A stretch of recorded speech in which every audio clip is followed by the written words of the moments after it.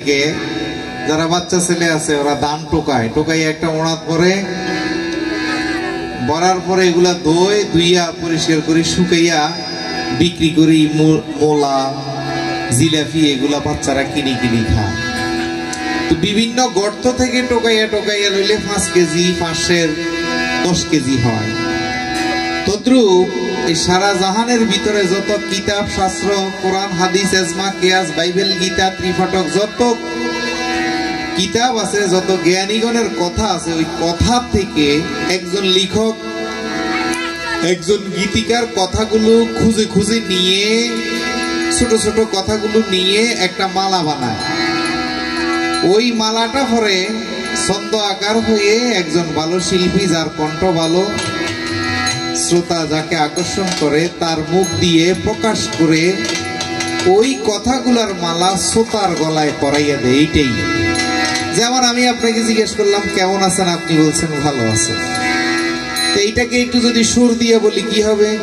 ভালো আছি ভালো থেকো, আকাশের ঠিকানায় চিঠি লেখো, প্রিয় তোমার মালা বাউলের অন্তরে, আমার ভিতর বাহিরে, অন্তরে অন্তরে আসো তুমি হৃদয় জুড়ে। মানে কথাটা যদি আমি এভাবে বলি, ভালো আছি, আমি ভালো আছি, আপনি ভালো থাকেন, আপনার প্রিয় মধুর বাণীগুলা আমাকে পড়াইয়া দেন। এইটাকে সুর দিয়ে বলা।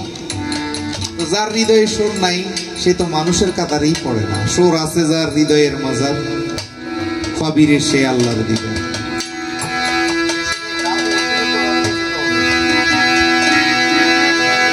ফিরে আল্লাহ পাওয়া,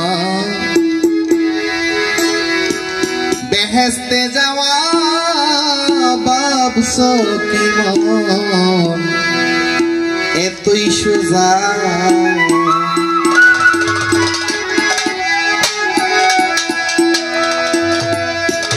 ওরে হইলে আসে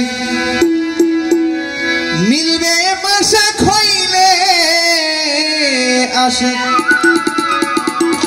মিলবে মাসে, ও তার লাগবে এ নয়া নামাজ রোজা।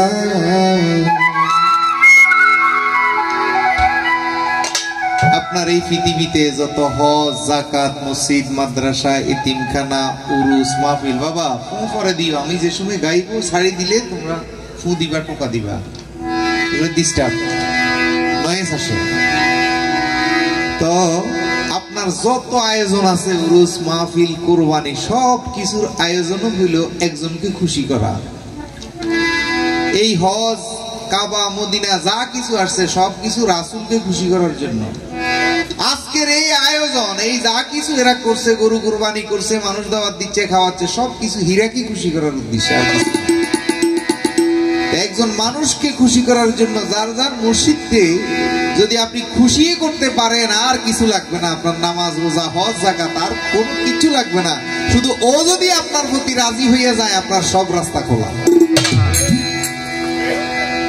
আর যদি সেই যদি রাজি না হয়, আপনি যতই নামাজ গুতান, রোজা গুতান, কোনো কাজ হবে না। সেই যদি রাজি হয়, একজন মহান মুর্শিদ, আল্লাহমুখী, আল্লাহওয়ালা, সে যদি ল্যাংটাও হয়।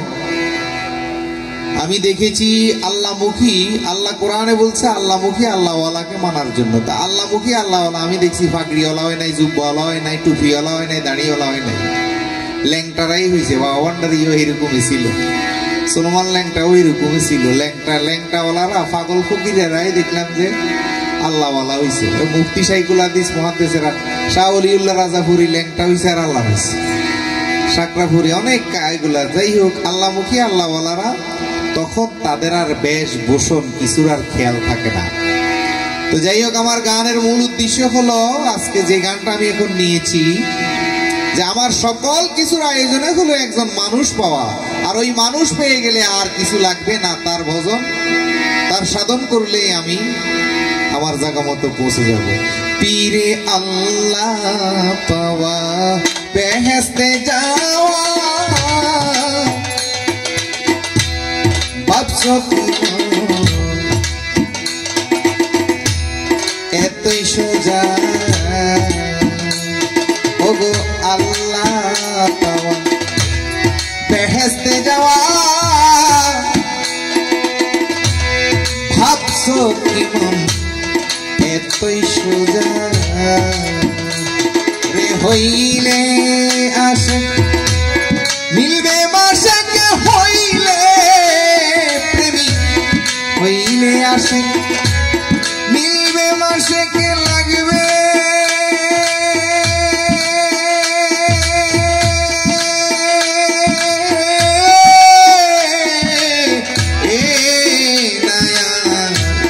নামাজ রোজা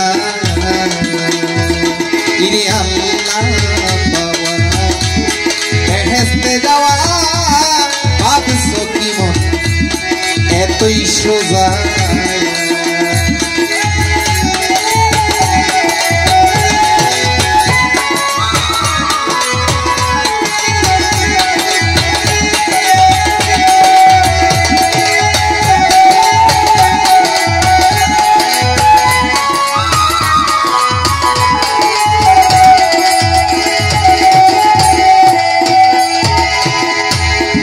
বেহেশতের আশায় ইবাদতি যে করবে তার হবে ক্ষতি গো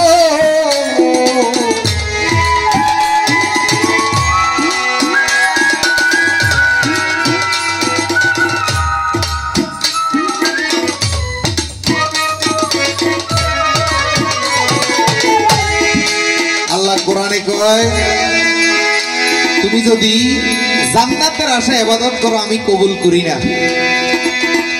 এখন যেই মোল্লারা যে জাহেলরা জান্নাতের আশায় সওয়াবের আশায় ইবাদত করায় এরা কি আল্লাহর কথা মানে না ইয়াজিদের কথা মানে? আল্লাহ কয় তুমি যদি জান্নাতের আশায় ইবাদত করো আমি গ্রহণ করি না, জাহান্নামের ভয়ে ইবাদত করো আমি গ্রহণ করি না, গুনাহ সওয়াবের আশায় ইবাদত করো আমি গ্রহণ করি না। তবে কেমনে গ্রহণ করো? আল্লাহ কয় যদি আমাকে খুশি করার উদ্দেশ্যে করো তাইলে কবুল করি। বেহেশতের আশায় ইবাদতি যে করবে তার হবে ক্ষতি গো ওরে নারী যদি পায় না পতি নারী যদি পায় না পতি লোকে তারে বলে বাঞ্জা ইরে আল্লাহ পাওয়া বেহেশতে যাওয়া ভাবছো কি মন এতই সোজা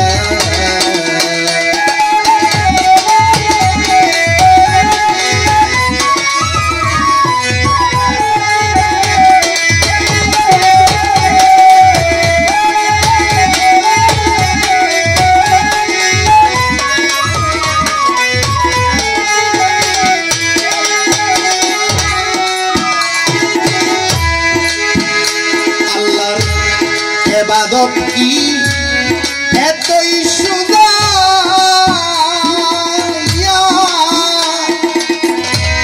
না বুঝিয়া বাদলি বস্তা রে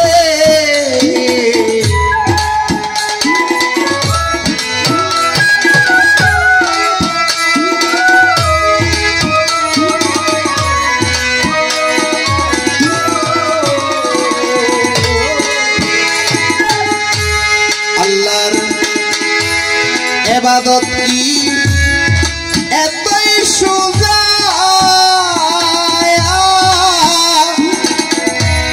না বুঝিয়া বাদলি বস্তা রে হিসাবে রিলে খাস্তা হিসাবে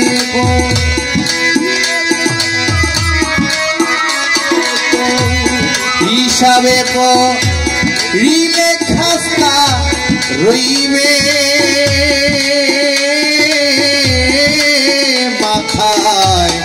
পাপের বোঝা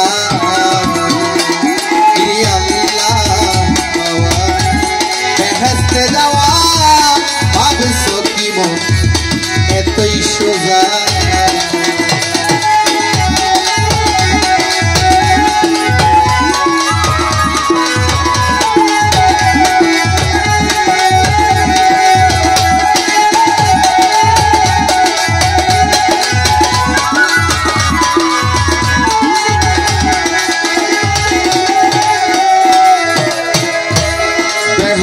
যাক সারগানার রাত যাইয়ানি কেউ দেখছো পরশ গো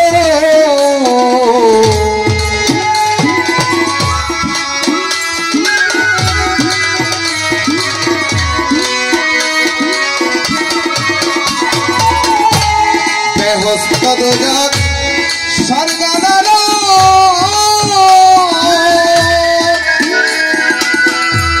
যাইয়ানি কেউ পাইছো পরশ গো সাধক গেদু বলে যার যেমন হক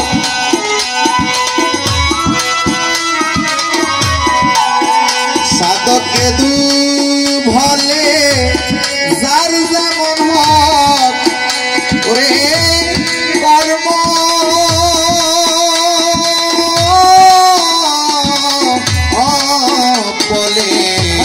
পাবে সাজা আল্লাহ বেহেশতে যাওয়া ভাবছো কি মন এতই সোজা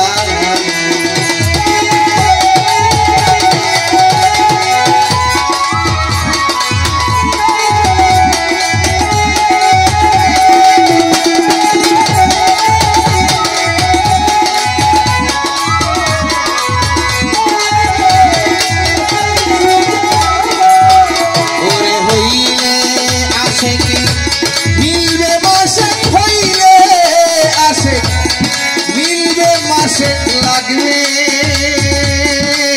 এ নায়ার নামাজ রোজা আল্লাহ বাবা